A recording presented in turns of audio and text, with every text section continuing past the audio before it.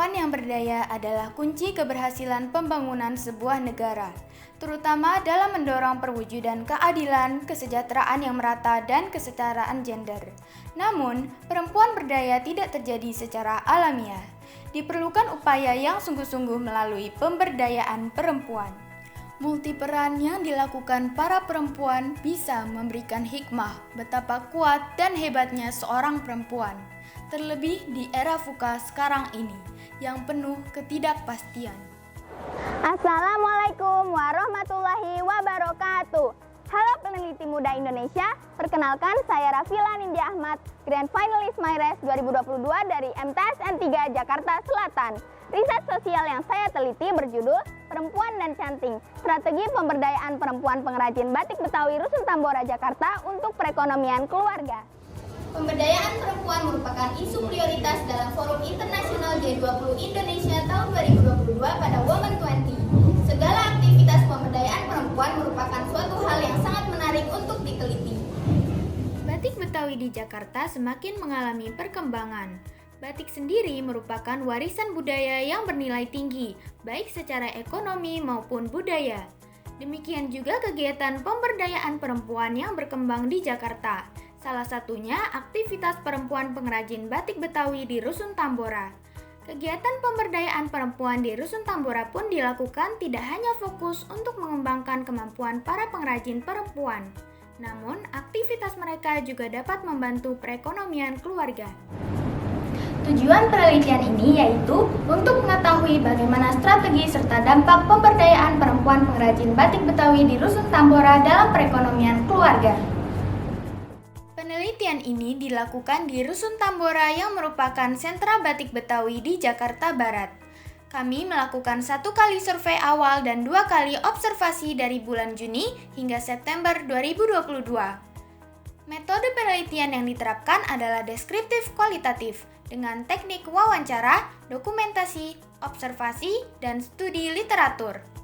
Informan yang diwawancarai berjumlah 8 orang pengrajin batik yang dipilih melalui teknik purposive sampling sesuai dengan karakteristik tertentu. Validitas data wawancara dilakukan dengan triangulasi sumber data dan dianalisis menggunakan model interaktif Miles dan Huberman. Hasil penelitian menunjukkan ada 5 strategi pemberdayaan perempuan pembatik Tambora.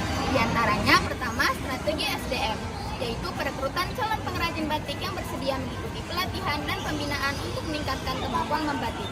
Hal ini didukung oleh teori actors dari Cook dan Macaulay, yaitu authority dan opportunity. Lalu strategi SDA dan produksi, yaitu penyediaan material untuk para pengrajin batik seperti kain pringisima dan malam. Kemudian strategi permodalan melalui skema bantuan pribadi maupun swasta. Hal ini sejalan dengan teori partisipasi dari Erskine. Terakhir, strategi pemasaran, yaitu kerjasama dengan brand function dan adaptasi pemasaran digital melalui sosial media.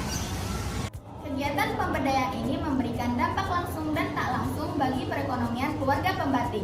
Dampak langsung yaitu dampak ekonomi, di mana mayoritas pengrajin berpendapat bahwa membatik dapat menambah penghasilan, namun belum cukup untuk memenuhi semua kebutuhan lainnya.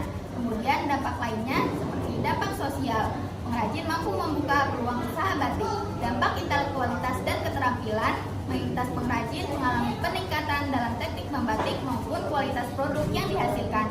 Dampak seni dan budaya, yakni pengrajin turut mengembangkan motif batik Betawi khas Jakarta Barat, yaitu ikan cupang serit dan bunga anggrek. Ditinjau dari penelitian Rani dan Ratnasari serta teori Longwe, maka pemberdayaan perempuan pembatik Tambora telah mencapai tahap transformasi karena pengrajinnya telah mampu mengembangkan kapasitas diri, menambah pengetahuan dan keterampilan, serta mampu mengembangkan motif batik Betawi. Berdasarkan temuan tersebut, maka dapat disimpulkan 2 hal.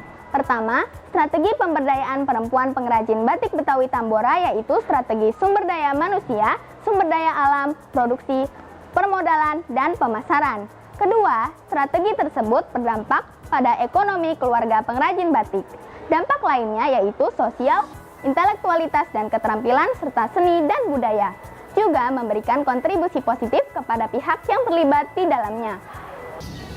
Penelitian ini merupakan bentuk bakti madrasah untuk negeri, di mana temuan ini dapat menjadi bahan evaluasi untuk strategi pemberdayaan perempuan yang lebih baik. Tak akan ada pemberdayaan yang lebih kekal tanpa melibatkan perempuan. Iktafaina bihadza, syukran ala husni timamikum wal afwa minkum. Wassalamualaikum warahmatullahi wabarakatuh.